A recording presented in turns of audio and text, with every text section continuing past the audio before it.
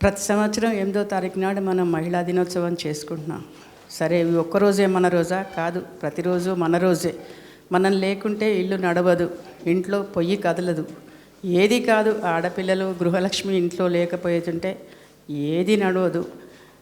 వెనకట చెప్పేవాళ్ళు ఏంటంటే, వంటింట్లో వంట లేకుంటే ఆ ఇల్లు లేనట్టే లెక్క. వంటింట్లో వంట లేకుంటే ఆ ఇల్లు లేని కిందనే లెక్క. ఎందుకంటే వంట చేయకపోతే పిల్లి పడుకుంటుంది ఆ పొయ్యిలో. పిల్లి మనకు అపశకునం, అవునా? అందుకే కుటుంబమే లేనట్టు. ఆ వంట కార్యక్రమంలో ఎన్నో అనేక విషయాలు మనకు తెలుసు. ఎందుకంటే వంట చేస్తున్నప్పుడు శుభ్రంగా మంచి పదార్థాలను, రుచికరమైన పదార్థాలు, ఆరోగ్యవంతమైన పదార్థాలు, అక్కడి నుంచి మొదలవుతుంది అమ్మతనం. అట్లాగే ఆ భగవంతుడైనా సరే ఒకసారి జన్మ ఎత్తాలి అంటే ఒక అమ్మ కడుపు కావాల్సిందే, అమ్మ కడుపులో కాయాల్సిందే. అప్పుడే ఇంకొక అవతార పురుషుడు అవుతాడు. ఇవన్నీ మనకు అనేక విధాలుగా పురాణ కాలం నుంచి మనం వింటున్నాం. ఆదిలక్ష్మి అని మనకి ధనానికి సంబంధించి ధనలక్ష్మి అని, అలాగే మనకి సరస్వతీదేవిని మనము చదువుల తల్లి అని, వీరశక్తికి మనకు దుర్గాదేవి అని, ఇట్లా మనం పురాణ కాలం నుంచి జరుగుతున్న ఈ విషయాలు మనం వింటున్నా. కానీ ఏదో మరి కాలం అది ఎందుకు ఎటువంటి కాలం వచ్చిందో తెలియదు. కానీ అనేక తరాలు చూశాను నేను. 4వ తరంలో నేను ఇప్పుడు, అంటే 3 తరాలు నేను చూసినాను. అప్పటికన్నా ఈ కాలం చాలా గొప్పది. యాక్చువల్లీ ఈ కాల పిల్లలు అంటే 90స్లో పుట్టిన వాళ్ళు అనుకుంటా. ఏంటారు, జెడ్ కేటగిరీ అంటారా, ఏమంటారు, Z generation they are very fortunate. మనకు సరే, మా నాయనమ్మ కన్నా మా అమ్మ బెటర్, మా అమ్మ కన్నా మా అక్కలు కొంచెం నయం, మా అక్కల కన్నా నాన్నకు ఇంకా చాలా నయం. అంటే మనల్ని బయటికి పోనిచ్చిండ్రు, చదువుకోనిచ్చిండ్రు. చదువు వల్ల అనేక విషయాలు మనకు తెలిసినాయి. అన్నీ అమ్మ చెప్పలేదు, అన్నీ మనం ఇంట్లోనే నేర్చుకోలేము. పుస్తక పఠనంలో అనేక విషయాలు మనం గ్రహించగలం. చెప్పలేని, ఎవరితోని షేర్ చేసుకోలేని విషయాలు, అనేక విషయాలు మనం చదువు వల్ల మనం నేర్చుకోగలం. తరగతి గదిలో 60 మంది పిల్లలు ఉంటే రకరకాల పిల్లలు ఉంటారు. అక్కడ ఒక ఆఫీసర్ పిల్లలు ఉండొచ్చు, ఒక ప్యూన్ పిల్లలు ఉండొచ్చు. అందరితో మనం కలిసి చదువుకోవాల్సిందే, అందరితో మనం కలిసి ఎగ్జామ్ రాయాల్సిందే. సో ఆ 10 ఏళ్ళు 5 ఏళ్ళు మనం కలిసి ఉంటాం, సహవాసం చేస్తాం, క్లాస్మేట్స్ని. So we learn so many things. ప్రపంచంలోని అనేక విషయాలు, సమాజంలోని విషయాలు మనం తెలుసుకునే అవకాశం.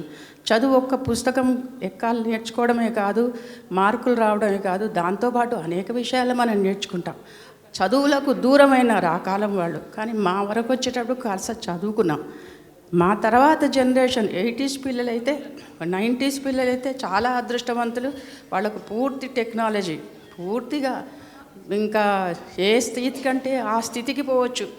అణువు నుంచి అంతరిక్షం దాకా. నేను ఎప్పుడూ అదే చెప్తుంటాను.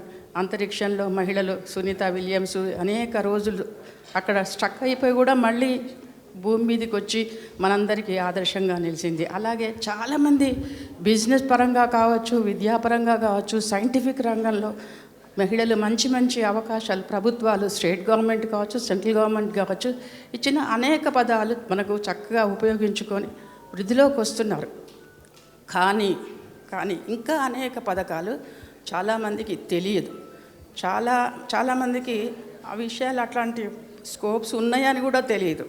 సో ఈ 8th మార్చి నాడు ఎవరికి ఎంత తెలిస్తే అంత విషయాలు స్ప్రెడ్ చేయడానికి ఒక మంచి అవకాశం. దాదాపు ఒక్కరోజు చేసుకునేది మనం దాదాపు 2వ తారీఖు నుంచి మొదలైంది. నేను 2వ తారీఖు నాడే ప్రపంచ ఈ మహిళా దినోత్సవం ఒకటి అటెండ్ చేసినాను. అంటే ఒక వారం ముందు, వారం తర్వాత కూడా కంటిన్యూ అవుతుంది. అయితే మంచిదే, ఏముంది, నాకు తెలియని విషయం ఇంకొకరి తెలుస్తుంది, వాళ్ళ తెలియని ఇంకొకరు షేర్ చేసుకోవచ్చు. ఏది ఏమైనా అవకాశాలను అందిపుచ్చుకునే మంచి అవకాశం ఈ ప్రపంచ మహిళా దినోత్సవం. మంచి షేర్ చేసుకోవచ్చు. ఇందులో అన్నిటికన్నా నాకు మానసికంగా చాలా దగ్గర మా నాన్నగారు. మా నాన్నగారు ఎప్పుడు వివక్ష చూపించలేదు. ఆడపిల్ల మగపిల్ల ఎప్పుడు అనలేదు. చదువుకోవడానికి ఆడ మగ తేడా లేదు. తెలివికి ఆడ మగ తేడా ఏముంది? పరీక్ష రాయండి, ఇద్దరూ రాయాలి, అందరూ రాయొచ్చు, అందరూ డాక్టర్లు కావచ్చు, అందరూ ఆర్మీ ఆఫీసర్లు కావచ్చు, అందరూ ఏదైనా చదువుకోవచ్చు, దానికి ఏమీ వ్యత్యాసం లేదు. అటువంటి అట్మాస్ఫియర్లో మేము పెరిగినాం. అందుకే చెప్తున్నాను, ఇంటి నుంచే మనకు చదువు మొదలవుతుంది. వివక్ష అనేది ఇంటి నుంచి. తల్లులందరూ జ్ఞాపకం ఉంచుకోండి. ఇంటి నుంచే మనం ఆడపిల్లలను మగపిల్లలను సమానంగా మనం పంచినప్పుడు, సమానంగా పెంచినప్పుడు అప్పుడే వాళ్ళకి అవేర్నెస్ వస్తుంది. ఈ అవకాశం ఈరోజు ఎక్కువగా మనం పంచుకునే ఒక అవకాశం ఇది. అట్లాగే చదువు అన్నిటికీ సమాధానం చెప్తుంది. నేను ఎప్పుడు అదే చెప్తుంటాను, చదువు అనేది ఎప్పుడూ సమాధానం చెప్తుంది. నేను కో ఎడ్యుకేషన్ కాలేజెస్ అయినా, అన్ని టెక్నికల్ ఎడ్యుకేషన్ కాలేజెస్, కో ఎడ్యుకేషన్స్ కాలేజ్ అయినా మేము నడుపుతున్న ఆర్గనైజేషన్లో దాదాపు 98% ఉట్కే నామకే వాస్తే ఒకరో ఇద్దరు ఉన్నారు కావచ్చు ఉపాధ్యాయులు, కానీ 98% లేడీస్ వస్తారు. ఒక్కసారి వాళ్ళు అపాయింట్మెంట్ అయిందంటే ఇంకా వాళ్ళు అక్కడి నుంచి వెళ్ళిపోరు. అన్నెసెసరీగా ఉత్తిగానే జంప్ అయ్యే వాళ్ళు చాలా తక్కువ. ఏదో రీజన్, కరెక్ట్ రీజన్ ఉన్న వాళ్ళు మాత్రమే అక్కడి నుంచి పోతారు. If you keep them very comfortable, మీరు మంచిగా కంఫర్టబుల్గా వాళ్ళని సంతోషంగా ఎంప్లాయీని పెట్టినప్పుడు వాళ్ళు ఎందుకు ఇన్స్టిట్యూట్ వదిలిసిపోతారు? వాళ్ళు కంఫర్టబుల్గా ఉండాలి, వాళ్ళు అక్కడ సెక్యూర్డ్గా ఉండాలి.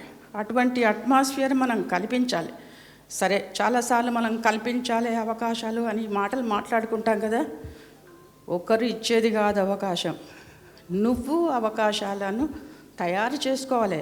నీ చుట్టూ అటువంటి అవకాశాలు వచ్చేటట్టుగా నువ్వు ఇన్విటబుల్ కావాలి. ఈ పోస్టుకు ఈమె కావాలి, ఈ పోస్టుకి ఈ పని ఈమె బాగా చేస్తుంది, ఈ స్కిల్ ఈమెకే బాగొచ్చు, ఈయనకి అటువంటి అట్మాస్ఫియర్ మనం క్రియేట్ చేసుకోవాలి మన చుట్టూ.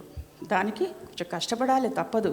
కానీ కష్టం అనుకోవద్దు, ఇష్టంగా చేసేదంటే ఏదైనా సులభంగానే అవుతుంది. ఇన్విటబుల్ అవుతున్నాను. నా జీవితం అయితే నేనైతే అదే జరిగింది, నా జీవితంలో జరిగింది కనుకనే నేను చెప్తున్నాను.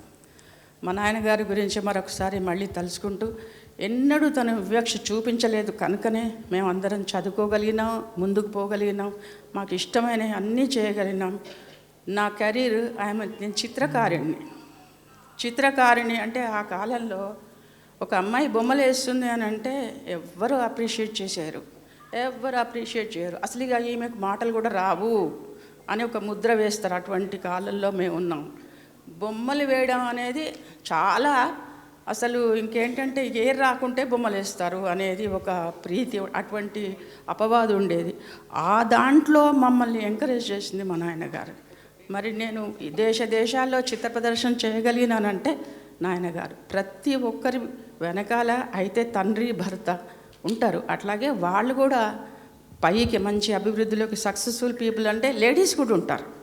భార్య కానీ బిడ్డ కానీ తోడుండి వాళ్ళని కూడా అరుచుకుంటారు. కనుకనే వాళ్ళు కూడా ఉన్నత పదవి, మంచి గ్రేట్ సైంటిస్ట్ కావచ్చు, పాలిటీషియన్ కావచ్చు, ఇంకేదైనా వాళ్ళ జీవితాల్లో సక్సెస్ఫుల్గా అవుతారు. ఫ్రెండ్స్, మరొకసారి ఏంటంటే అవకాశాలు అందిపుచ్చుకోండి, పథకాలన్నీ గ్రహించండి. ఈ సందర్భంగా మనం ఈ పార్టీ ఆఫీస్లో, మనం బీఆర్ఎస్ పార్టీ ఆఫీస్లో ఇంత మంచి కార్యక్రమం మనం చేసుకుందాం. కేసీఆర్ గారిని తలుచుకోకుంటే మనం పూర్తి అయినట్టు కాదు, సంపూర్ణమైనట్టు కాదు. కొంత నాయనగారు లాగానే కేసీఆర్ గారు కూడా కొంత ఉమెన్ పక్షపాతి. డెఫినెట్లీ ఆడపిల్లలకు చాలా అవకాశాలు ఇచ్చారు. దానికి మళ్ళీ నేనే నిదర్శనం. ఏ క్లాస్లో పాఠం చెప్పుకునేదాన్ని నన్ను సడన్గా సేవారంగంగా పొలిటికల్గా తీసుకొచ్చారు. అప్పుడు గుర్తింపు 1000 మంది అయితే ఇప్పుడు కోట్లాది మంది ప్రజల దృష్టిలో నేను పడ్డానంటే ఇది కేసీఆర్ గారి పుణ్యమే. మరొకసారి మనం తలుసుకోవాల్సిందే. తెలంగాణ రాష్ట్రము అనేది మా చిన్నప్పటి నుంచి వింటూనే ఉన్నాం. ఇది ఎప్పటికీ ఇంకా రాదేమో అనుకున్న నిరుత్సాహపడుతున్న సమయంలో ఒక రాష్ట్రాన్ని సాధించడం అంటే చిన్న విషయం కాదు.